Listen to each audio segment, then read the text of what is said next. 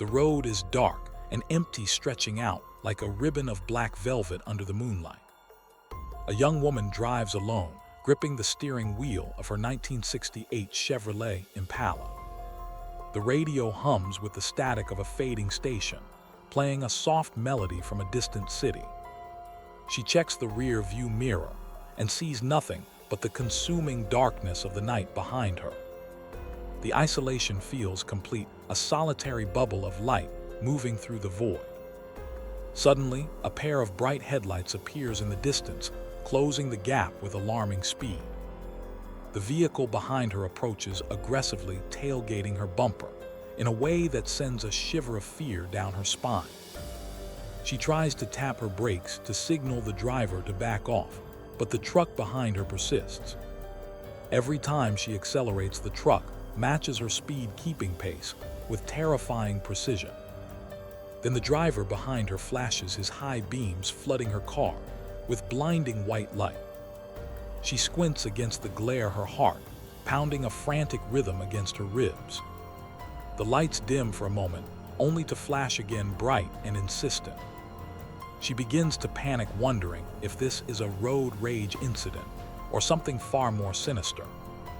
The ritual continues for miles, a silent dance of aggression on the lonely highway. Flash, dim, flash, dim. She is terrified to pull over. Desperation takes hold as she spots the glowing sign of a service station in the distance. She slams on the accelerator, speeding toward the sanctuary of the fluorescent lights. The truck follows her right into the lot, screeching to a halt behind her. She leaps from her car, screaming for help, terrified of the man in the truck. The truck driver jumps out as well, but he does not look at her. He points a shaking finger toward her car and shouts for her to get down. The service station attendant runs out, confused by the commotion. The truck driver finally finds his voice and reveals the terrifying truth that he was not chasing her but trying to save her. He explains that every time he flashed his high beams, it was because he saw a silhouette rising up in her back seat. A man armed with a butcher knife was hiding in the rear of her vehicle, waiting to strike. Each time the killer rose to attack, the truck driver flashed his lights to startle the intruder back down. The police arrive to open the back door, and sure enough, a man tumbles out with a weapon in hand. This story, known as the killer in the backseat, has been told around campfires and slumber parties for decades. It is the quintessential cautionary tale of the automobile age, blending our fear of isolation with the violation of our personal space. While this story is widely regarded as an urban legend, it is rooted in a very real psychological landscape of the mid-20th century. The 1960s and 70s represented a shift in American culture, where the open road transformed from a symbol of freedom into a potential danger zone.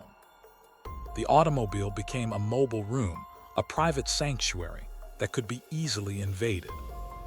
This era saw a rise in violent crime rates and a growing distrust of strangers, which provided fertile soil for such legends to grow.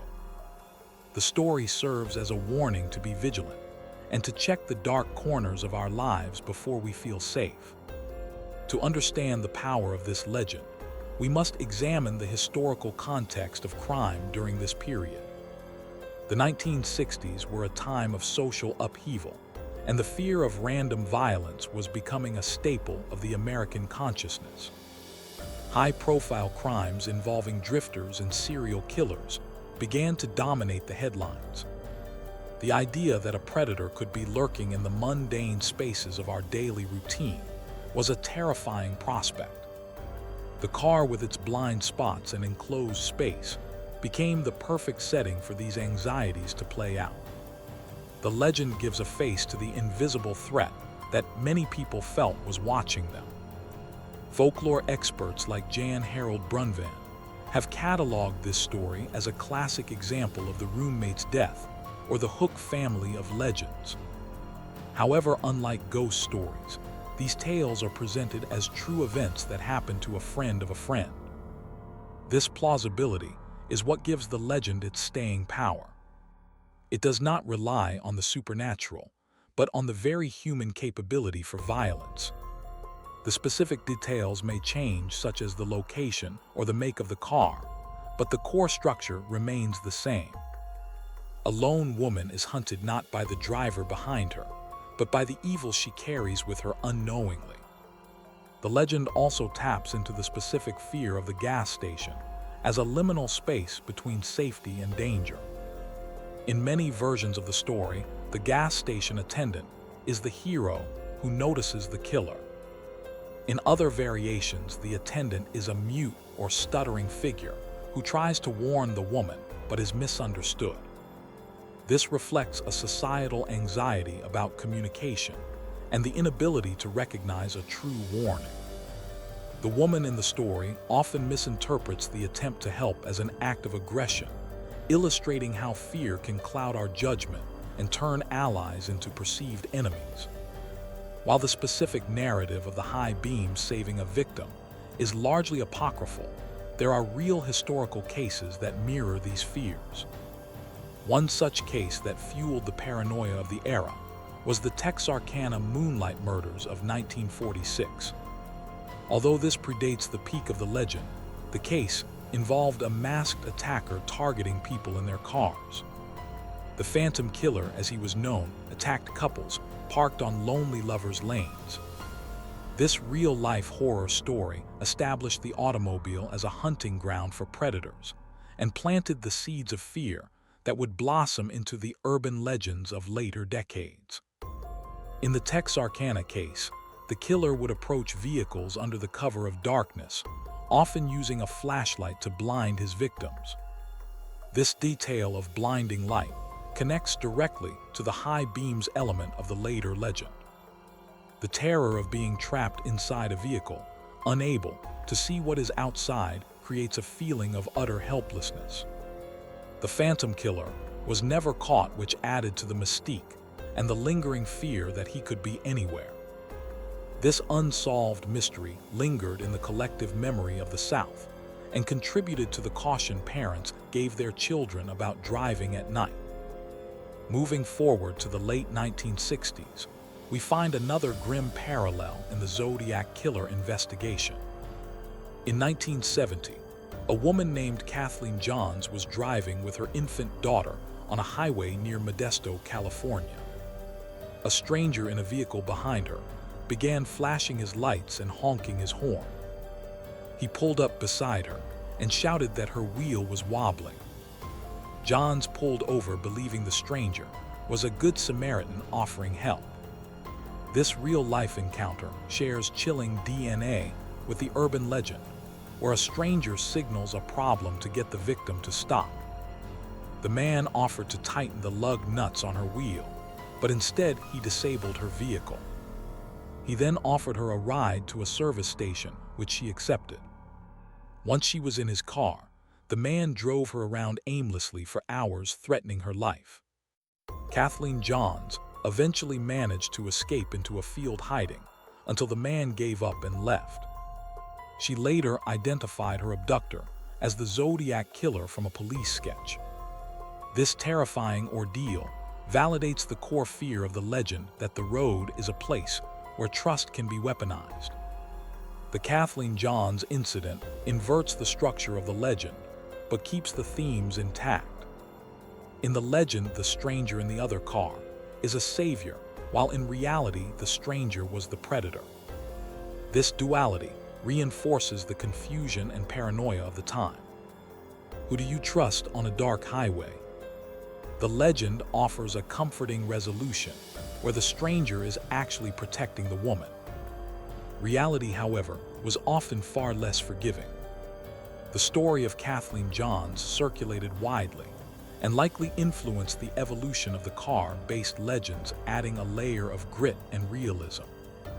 Another contributing factor to the legend was a widespread rumor in New York City during 1964.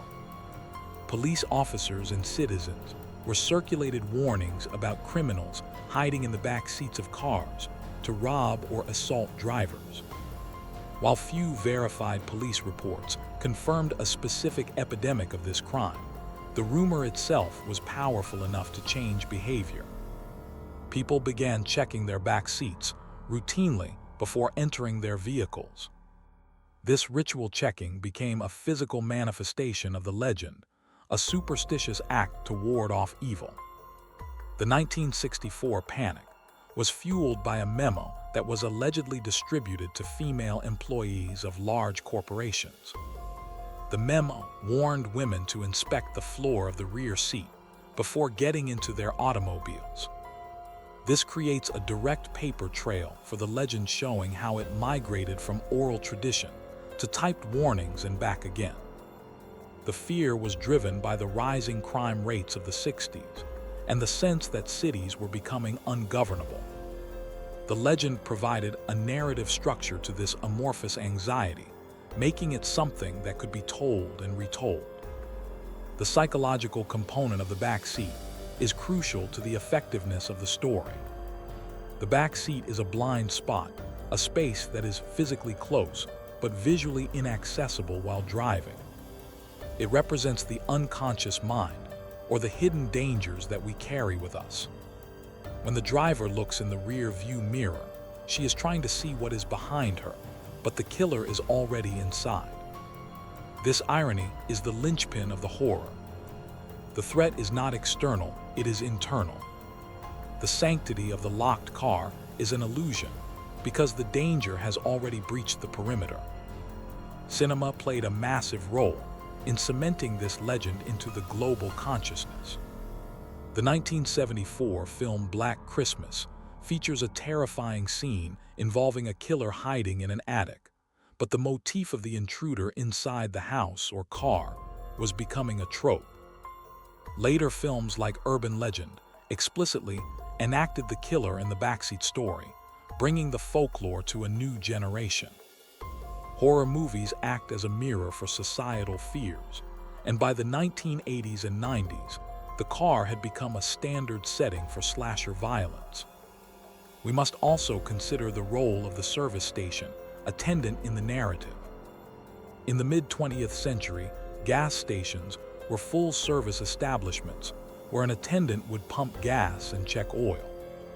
These attendants were often working-class men, and the legend sometimes plays on class anxieties. The woman in the car often fears the rough-looking truck driver or the grimy attendant misreading their intentions. This reflects a social divide where the middle-class driver feels threatened by the working-class figures of the road, only to learn that they are her protectors. There is a variation of the legend known as the hairy-armed hitchhiker, which explores similar themes. In that story, a woman picks up a female hitchhiker who turns out to be a man in disguise, often an escaped lunatic. The driver notices the hairy arms or heavy boots of the passenger and realizes the deception. This connects to the killer in the backseat through the violation of the car's interior space.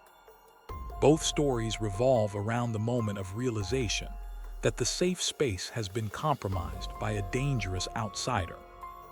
The fear of the escaped lunatic is a recurring character trope in these legends. The antagonist is rarely a calculated professional criminal, but often a wild, unpredictable force, labeled as a maniac or a patient from a nearby asylum. This reflects the stigmatization of mental illness and the fear of the irrational. The killer in the backseat has no motive other than to kill. He is a force of nature like a storm or a wild animal that has found its way into the domestic sphere of the automobile. In examining the legacy of this legend, we see how it has adapted to modern technology. Today, the fear has shifted toward ride-sharing apps like Uber and Lyft. The modern urban legend involves a driver taking a passenger off route or a passenger realizing the driver is not who they claim to be. The core structure remains identical.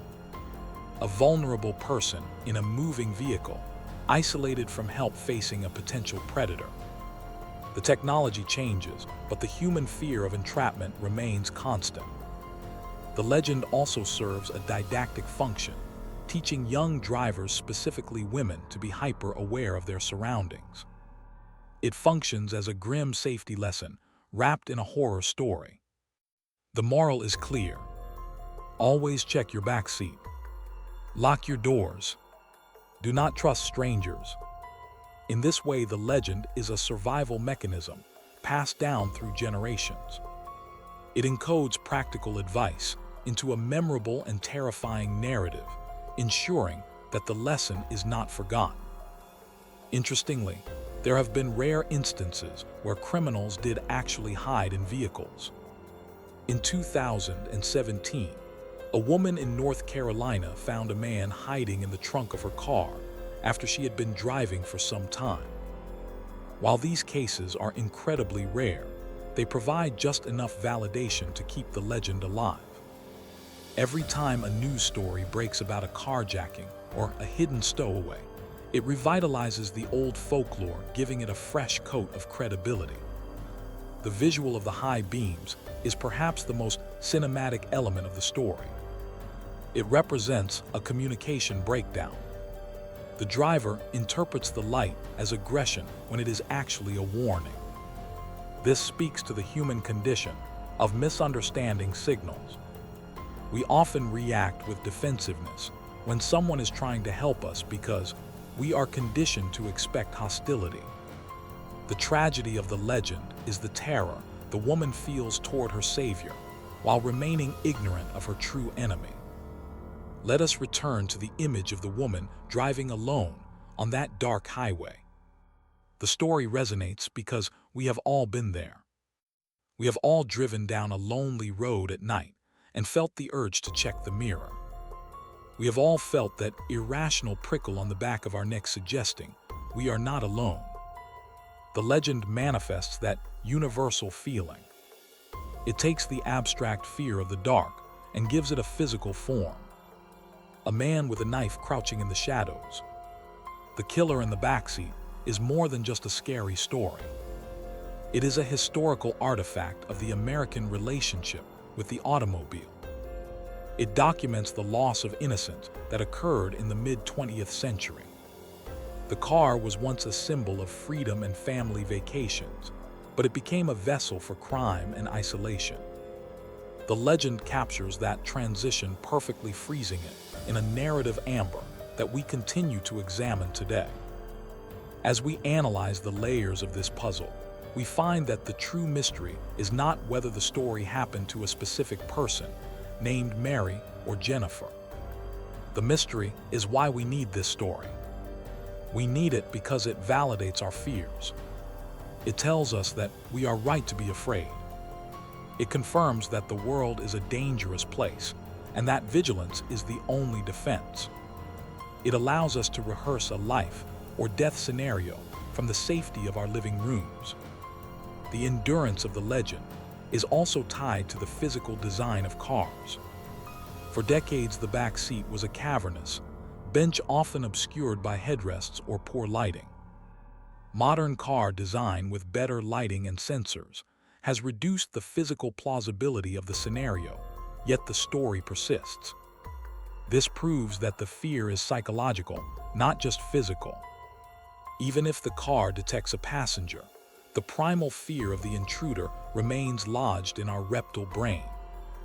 In the end, the killer in the backseat stands as a monument to our collective anxiety. It combines the claustrophobia of the vehicle with the agoraphobia of the open road.